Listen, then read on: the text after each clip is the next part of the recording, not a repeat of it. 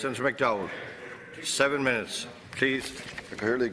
I too wish to welcome the Taoiseach here today and to thank him for his thoughtful address and to compliment him and to join with Senator Éireann in complimenting him and his government and indeed their main opposition party for the cross-party approach to the whole question of Brexit, which has been a cornerstone of our recent success in maintaining solidarity with our allies in the European Union, who have shown us great support.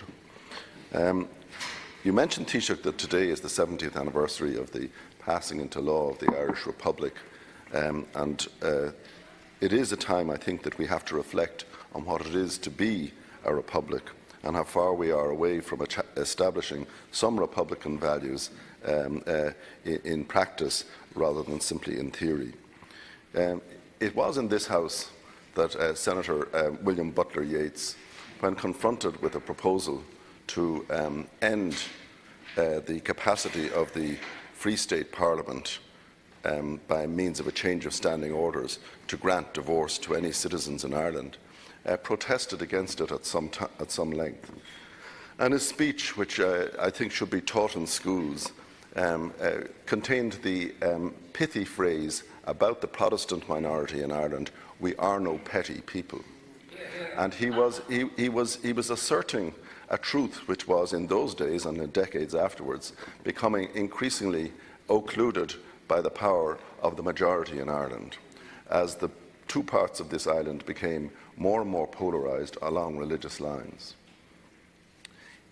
Things have changed in the meantime, and we now live in a very different republic. Recent referenda have shown that this is an open republic.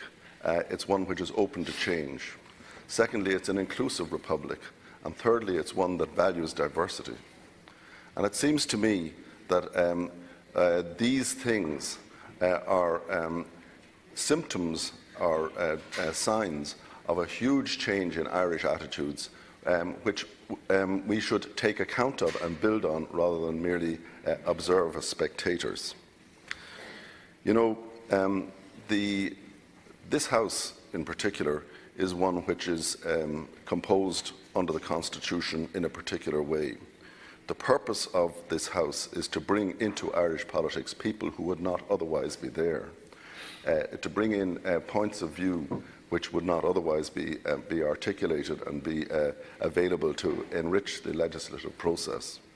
And this House is one which, in my view, has played and continues to play a rich part in Irish political life. I was once, like yourself, Taoiseach, a person who believed in its abolition because it was failing to carry out its mandate.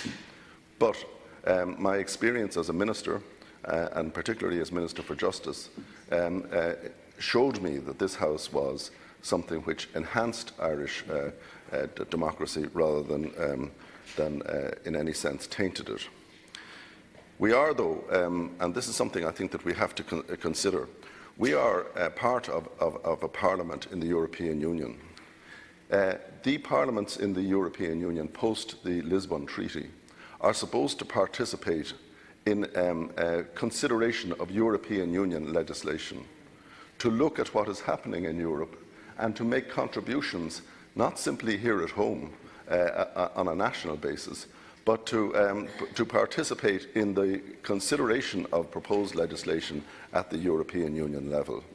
And I have to say, and I don't think I'm in the slightest bit unfair in saying this, that is simply not happening at any point in our Oireachtas at the moment.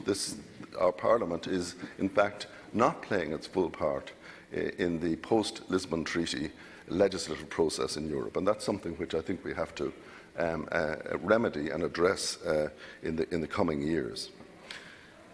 Taoiseach, you have spoken in your address about proposals to amend local government in Ireland and to amend the system of local government in Ireland, and you've spoken about the plebiscites which are planned for a number of cities and the process which is planned for a similar plebiscite in Dublin.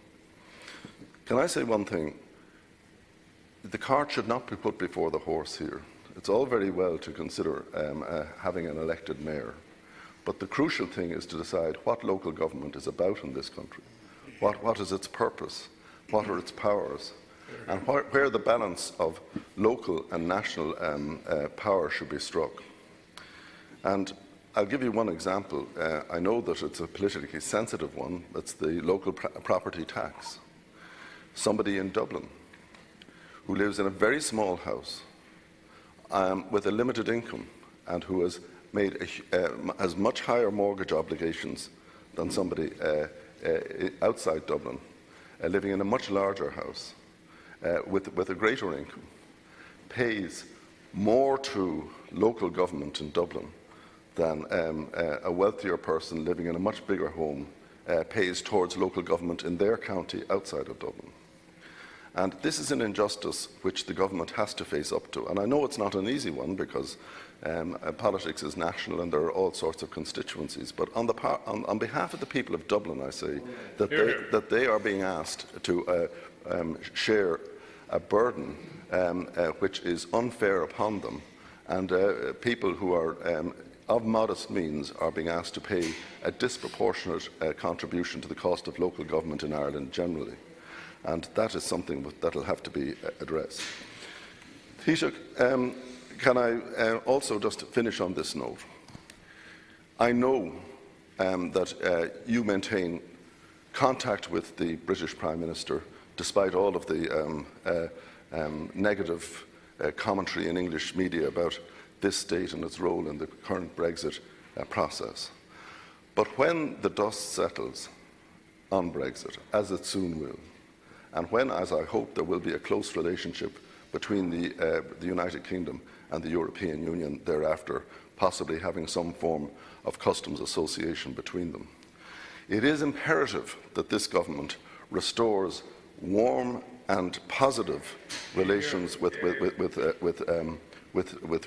Downing Street, and that the temperature between the two countries is brought back to the warm relationship that existed when I was Taoiseach to Taoiseach Éireann. And I just want to finally add that I echo completely what Senator Arda has said about the responsibility of those who have left Northern Ireland without a government for the last number of years.